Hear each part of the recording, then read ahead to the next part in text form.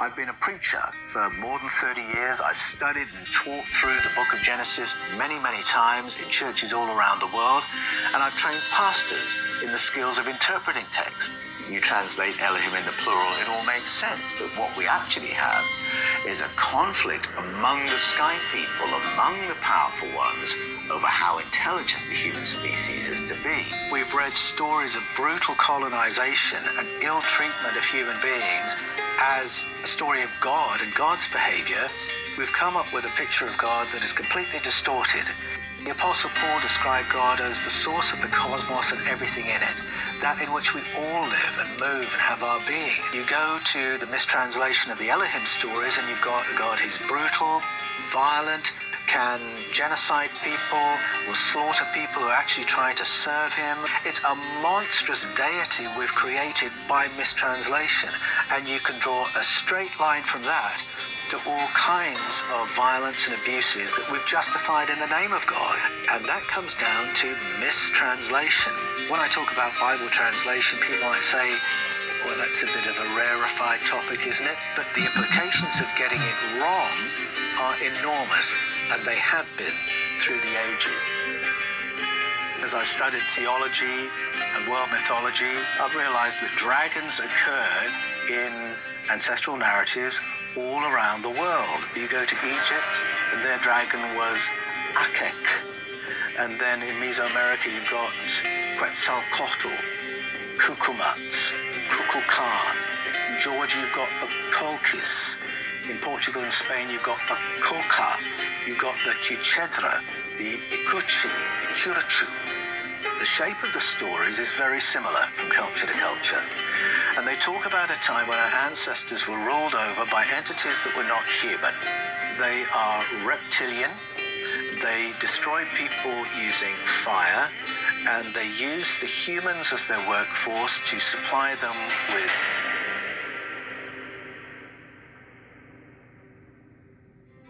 Author and researcher Paul Wallace probes the world's ancient mythologies for clues about the origins of the human race, and has published several books in the field of mysticism and spirituality. In the last decade, his work has probed the world's ancient mythologies for the insights they hold on our origins as a species and our potential as human beings. Paul's work in church ministry has included training pastors in the interpretation of biblical text, working as a troubleshooter for communities of faith, and serving as an archdeacon in the Anglican Church in Australia. Endorsed by George Norrie and Eric von Daniken, Paul Wallace's latest book, Echoes of Eden, explores what secrets of human potential were buried with our ancestors' memories of ET contact. From Senate briefings in Washington, D.C., to secret ceremonies in Southern Africa, from strange phenomena in Australia and Iraq, to mysterious encounters in modern Brazil and ancient Greece. Echoes of Eden will take you around the globe to discover why military, intelligence, and other government agencies are so interested in archaeology, indigenous rituals, and traditional initiation practices. What is the connection between higher cognitive powers like remote viewing and precognition and ET contact in the deep past? And what are the implications for us today? Echoes of Eden, out now. Available on Amazon. Follow the links in the description. Go to www.paulanthonywallace.com for information about Paul and his books.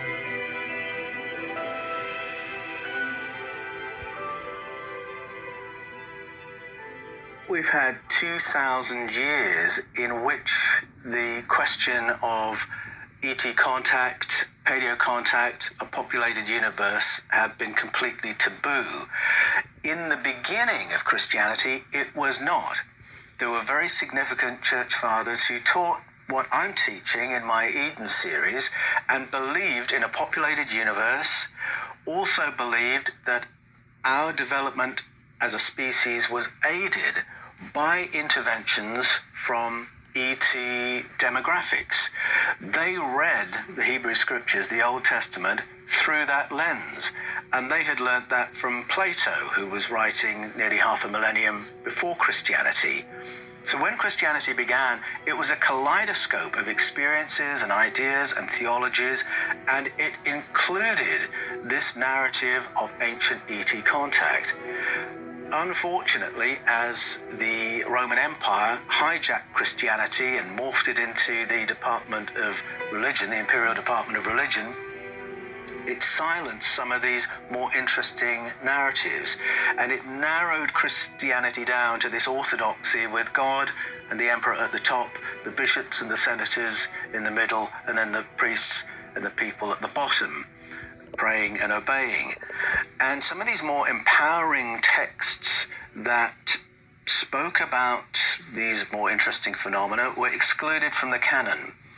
And it became such a hostile environment for those kinds of views that not only were key church fathers anathematized, excommunicated, their work destroyed so that we have no record of some of the writing of these key people, but some of these key documents were literally buried in the desert to protect them from destruction, so that information about paleocontact, for instance, and higher cognitive powers would survive for a later generation. And from that time to this, it is just known this is a taboo. We don't talk about these things. And I think I was very fortunate that I did the research that led to the Eden series when I was not leading a congregation. If I'd been leading a congregation and doing that research, I don't think I could have published, because it would have split my congregation in two. Half the people would have read the Eden books and said, "Oh, thank you so much for putting this on the table, because I've seen this in the Bible too, or because I've had these close encounter experiences, and finally we can talk about it." But the other half of the congregation would say, "Pastor, this is heresy. You can't stay here." So I was very fortunate not to have those obligations and to have the freedom to follow where the data led. But the power of taboo is very strong, and it's not just happened within the churches.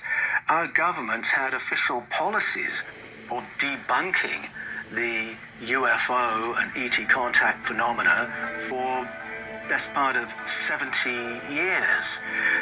We have been culturally habituated to laughing at people who describe close encounters or abduction experiences, and it's only really in the last 3 years that that policy has changed in the US, with the Pentagon finally coming forward and authenticating the UFO phenomenon, and that led last year to the Senate briefings. So I hope there's a bit of a culture shift happening right now. Certainly we're hearing from authorities on the subject of contemporary ET contact in a way that we never have before in my lifetime. So we have people like Haim Eshed, the former chief of space security for Israel. He was the brigadier general, held that position for 27 years. He can come forward, as he did a couple of Christmases ago, and say that on the basis of his work, his belief is that we are already in contact with a number of spacefaring civilizations who make up what he called an intergalactic federation. And we've been in contact for some time, but they've chosen not to self-disclose until we have a better understanding of space. Now, in years past, you would never hear anything like that from someone in authority like him, and nobody above him came in and debunked him. And he's just one example. We've heard from Alain Juillet, the French security chief, who has authenticated the work of ATIP as investigating metamaterials retrieved from UFO crashes. And so he has endorsed what Luis Elizondo has said, who headed up that unit within the Pentagon for 10 years. All this is coming out. The Pentagon has authenticated the footage we've all seen of the Tic Tac encounters from 2004. The USS Nimitz engaged to follow these incredible, UFOs, to use the old-fashioned name. And look, there are other senior figures around the world speaking about these things and not being debunked, which is new. So there has been a culture shift, but there is still this bias towards ridicule when people talk about UFOs, ET contact, abduction phenomena. But I hope that with my books we're making it more a part of mainstream conversation again, and more people are opening up to these topics. I remember as a little boy growing up in England watching a children's cartoon called Noggin the Nog, and it was stories from out of the Dark Ages, and there was a Welsh dragon in it, a Welsh griffin called Idris. And so I grew up thinking that the dragon stories were a Welsh phenomenon. And then as I've studied theology and world mythology, I've realized, of course, that dragons occur in ancestral narratives all around the world. And one of the things that's curious about it is the names of them.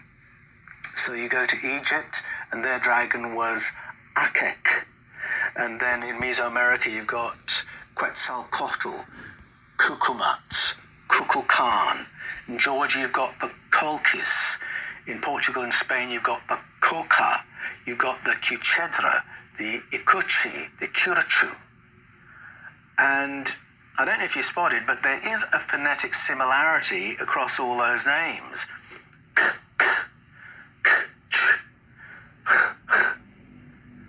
Why is that? And for me, this is a clue that these stories all around the world might be curating the memory of the same sound. Or maybe even the same proper name. And in Echoes of Eden, I show that there is a very strong relationship between those stories and some of the Yahweh stories of the Hebrew canon. Now, Yahweh, that name might sound a million miles away from the names of other cultures. In Echoes of Eden, I show, linguistically, it's exactly the same. But why are the stories there? Are they there just to teach a moral, or are they curating the memory of an entity that made a particular sound or had a particular name? The shape of the stories is very similar from culture to culture. And they talk about a time when our ancestors were ruled over by entities that were not human. And there's something very specific about them. They are reptilian. They destroy people using fire, and they use the humans as their workforce to supply them with cattle, gold, and virgin girls. That's what dragons want all around the world, apparently. And then, thankfully, the story doesn't end there. We reach a point where the dragons go and the humans govern themselves. But something happens first. The humans reach a point of exhaustion, where they say, we are not going to continue serving these draconian entities. And they come together and they realize that if they act with solidarity and just say no to this pattern of governance, it won't work. When the humans say, what if we all come together and we all say no, what's the dragon going to do? Not going to kill all of us, otherwise it'll have no one to work for it. Might kill some of us, but its power will be at an end. And that's how the stories go. The people come together, the dragon is defeated and goes off into the mountains or disappears altogether. Now, what a lot of people don't know is that same pattern is there in the Bible. There's a long period where the human colonies are governed over by non-human, draconian, reptilian entities, and then the people, this is 1 Samuel 8, say, we're not going to have this anymore. We want human governance for human society. We're not going to serve this draconian entity anymore. And the shift is made. It follows the Egyptian pattern, it follows the Georgian pattern, the Welsh pattern. The stories all around the world record this time. Now, is that the memory of a kind of entity that's reptilian? I think there's every reason to take that seriously, because not only do you have the audio memory, but the physical descriptors repeat all around the world. People associate feathered reptilians with the Mesoamerican stories of Kukulkan, Quetzalcoatl, Cucumats, but in fact, it's there in the Bible as well. The skin is described, the snout is described, the flight feathers are described. These really were totally different entities. In the book of 2 Samuel, King David describes Yahweh like this. In my distress, I called out to Yahweh. From his temple, he heard my voice. My cry came to his ears. The earth trembled and quaked. The foundations of the skies shook. They trembled because he was angry. Smoke rose from his nostrils, consuming fire came from his mouth. Burning coals blazed out of it. He parted the skies and came down, with dark clouds of smoke under his feet. He mounted the cherubim and flew, soaring on the wings of the wind. Bolts of lightning blazed forth, the valleys of the sea were exposed, and the foundations of the earth laid bare. At the rebuke of Yahweh, at the blast of breath from his nostrils. Multiple texts in the Hebrew canon speak of Yahweh's wings and pinions, and in almost every text where the nostrils of Yahweh are mentioned in the Bible, the length of the nostrils is mentioned, and almost invariably, destruction by fire quickly follows. Now, some people might say, some of these dragon stories sound more like technology to me. So you go to the Toltec stories or the Olmec stories, and some of those texts, or into the Popol Vuh, some of those texts really do sound like ancient technology being described, and described in draconian terms. So if you've got an entity that's got metal skin and is covered in lights, and that flies through the sky with a fire trail brighter than the moon in the night sky, well, I think to the modern reader, I think I know what I'm looking at there.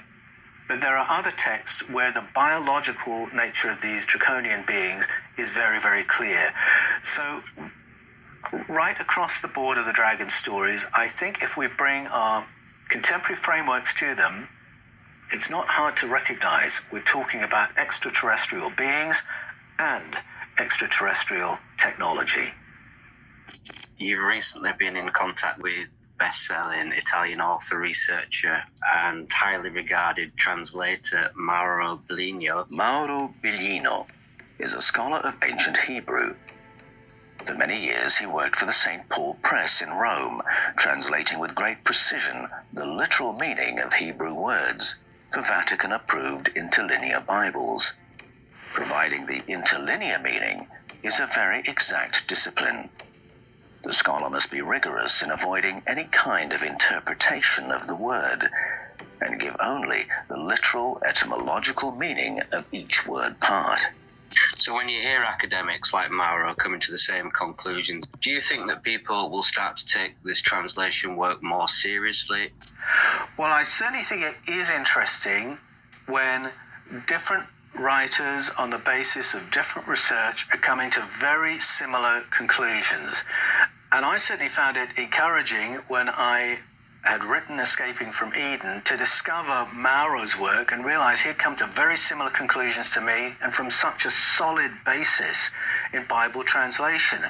His work was producing the interlinear renditions of the Hebrew for interlinear Bibles, Vatican-approved Bibles. So it's a very exacting skill that he had. And so I think, yes, it's interesting when there's that agreement. But people can be very sniffy about academic credentials. And very often it's the work of the writer to push the conversation forward, because those in tenured positions, who are at the top of the academic tree, tend to be conservatized by the process of peer review. It's not very often that a tenured academic will come out and say, all my colleagues in my own university and in the university world are quite wrong, and I've discovered the correct version of things. Tends not to happen because they're going to get piled on by all their colleagues rubbishing what they're saying. Peer review is important, but it is a conservatizing energy, and very often it's popular writers who will join the dots of the academic work and say, hold on, aren't the implications of that this? They put it on the table, and then that enables the conversation to move forward, because then the academics can say, we should discuss what this crazy writer's written in this crazy book, And then they can have a conversation and say, well, he may have a point here, or he may have a point there. And so the conversation moves forwards. And so whether it's myself or Mauro, we're often piled on in that kind of a way, but because that's the role of the writer. And I think as long as we're putting the topic back on the table and doing it in a way that really is quite serious and grounded, then we can push the conversation forward, not just in popular circles, but in academic circles as well. You get quite a lot of emails and correspondence from people who have experienced things that they can't explain, from subscribers of the channel to army personnel, priests and professors all needing help to process what they've been through. Could you give us some examples of the type of experiences people get in touch with you about? Well, I hear from a lot of people who have experienced close encounters, and they believe that they are close encounters with ET craft or ET entities, and they have had no one that they can talk to about it. Some people will tell me a story and they'll say, I have told nobody about this since it happened. I was 15 when I had this close encounter. I've told my spouse. I've talked to the person I was with when it happened, and I haven't told another living, breathing soul in the 50 years since it happened. I mean, that's the power of taboo and ridicule, to keep people quiet, but they still need to process what happened, to understand it. I hear from people who've had abduction experiences, abduction and hybridization experiences, and often they'll contact me thinking they're the only person in the world who's had this experience. And I'm able to tell them, no, this is widespread in the present day. And as soon as you start listening to ancestral narratives, it's a story that repeats for thousands of years, a story that comes from every culture on the planet. And at the very least, I can reassure the person that, no, they're not crazy to have this memory or this experience, and that they're actually in very good company. I've heard from a lot of people who are veterans of war, and in particular from US veterans from out of Iraq, people who were part of the 2003 incursion into Iraq. And a lot of those people have come to me and they've said, Paul, what do you know about portals? Because they went into that conflict for all the reasons that we knew about, to effect a regime change, to protect the Kurds from annihilation. And then when they got there, they found their particular unit, weapons of mass destruction was the other reason as well, of course. But when they get there, they find their unit isn't on an archaeological mission. Why were they suddenly collecting archaeological items, sequestering them, shipping them out of the country to Israel or the USA? What was the importance of those items that only a couple of weeks into that incursion, their units were doing that?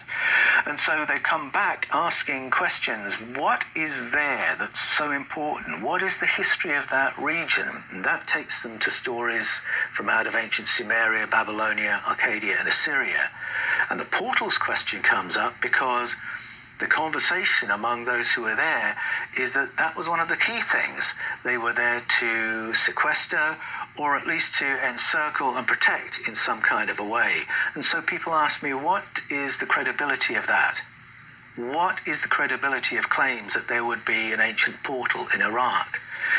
And I have to tell them, well, I've not been there, I've not been hands-on, I've not been eyes-on, but what I can tell you is that if you listen to ancient narratives, yes, portals figure in our ancestors' stories.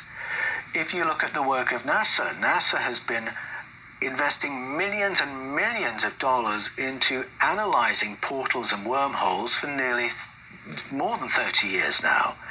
And in fact, the Advanced Propulsion Unit has been studying them in detail, studying a portal adjacent to planet Earth, flying around it in their craft and measuring how much material travels through it when that portal opens up on an 8-minute cycle. That's real science, and it's in the public domain. You can read about it on the NASA website. So it's real within the realm of science. It's real within the realm of ancestral memory. And when you go to the Sumerian stories and the biblical stories, Yes, Iraq is exactly where you'd expect to find one, because there is one named in Genesis 11 and in the Enuma Elish, the Sumerian story. And so there is great credibility to those claims. And once again, it's not that I can verify what they're saying or prove what they're saying, but I can say, no, you're not crazy to be thinking that. You're actually in very good company, and this has been part of the human story for thousands of years. Yeah, it does make you wonder where people get the concepts for films like Stargate SG-1.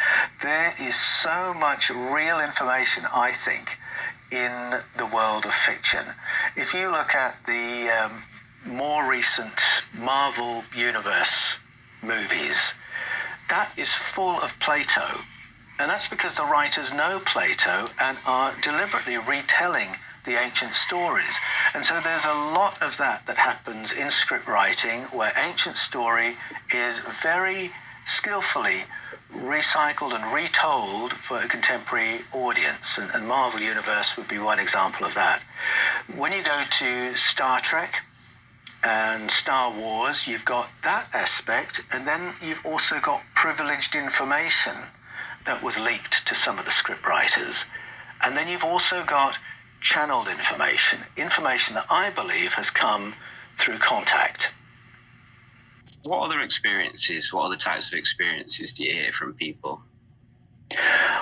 Well, there's a phenomenon that some people call a spiritual emergency, or a spiritual emergence, which is where a person suddenly starts experiencing higher cognitive abilities. So they suddenly start experiencing precognition, future viewing, remote viewing, telepathic connection, self-healing ability, or they'll start affecting technology around them without touching it. And I do hear from people who have those experiences who are trying to understand what's happening. Now, some of those experiences can follow close encounters. Sometimes they happen quite on their own. And I tell the story in Echoes of Eden of a guy called Taran, whose house was struck by lightning in Brazil, and the house exploded, and somehow he survived intact, uninjured. He was temporarily blinded by that lightning strike, but he recovered. He was 5 years old when it happened, and from that moment on he started having experiences, very vivid, clear experiences of precognition. And then on top of that, every so often he would have this experience of being pulled up out of his body, up into the sky, up into space, and then after what seems like a couple of seconds, he's back in his body, except he's now full of information and understanding that he didn't have before. It's as if he's been pulled out of his body for the next download and then returned into this life. Now, he shared that story with me very hesitantly. He had hardly ever told anybody of his experience before, because who on earth would take that seriously? And when he told me that, I was able to say, Taran, not only do I believe that you are experiencing the things you describe, but there was a whole community of people in medieval France who based their whole lifestyle around that experience and facilitating that experience, not by getting struck by lightning, but by learning to activate their higher faculties. They had this belief that they could download information from cosmic consciousness because they had followed the work of Plato and the early church fathers who wrote about Plato, and some of those Gospels and epistles that have been buried in the desert for their protection. They had maintained a tradition of reading those, thinking through the implications, and so they believed that each one of us is a being of consciousness, and that our conscious experience predates our material life and survives it, but that while we're here, we can still download information from our cosmic consciousness. And that picture you described, Taran, of having a cosmic self and an earthly self, and you remain connected all through life, and then occasionally you're reconnected in that experiential way. That is exactly what they wrote about and what they taught about. So once again... So, yeah, going through this shit alone is absolutely sickening, but, spiritual emergence, spiritual awakening, same damn thing. Everybody's out here talking about stuff like this. By everybody, I mean not enough fucking people. 10 months ago, almost 1 million views. Yeah. It's called opening your chakras and activating your DNA and realizing that we're all God, and there's definitely some spiritual gifts that come along with it.